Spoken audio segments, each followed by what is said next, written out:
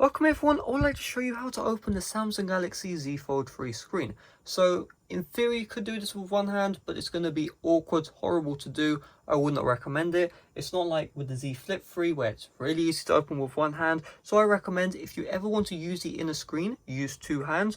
Otherwise just use the candy bar mode with one hand. So in order to open up the screen, you can see we have two halves, the top half and the bottom half. You want to have one hand holding the bottom half and then the other hand holding the top half. You want to make sure that both thumbs are touching top part and then bottom part respectively.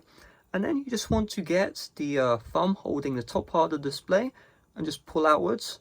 Don't like put too much force in it. Put like a little bit of force and eventually the screen will just open. So it doesn't open up slowly, you can see.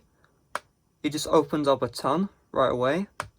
So you just keep the equal amount of force, and then once the magnets give in, you can see the display slightly opens, and then after that you can just flip it out and boom, we have access to the inner display.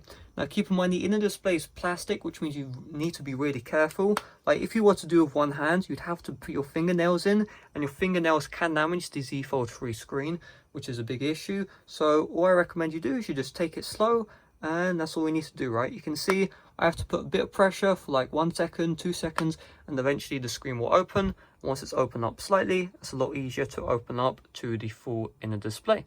So hopefully this video helped you out. If it did, make sure to smash like, subscribe for brand new. See you guys later. Bye bye.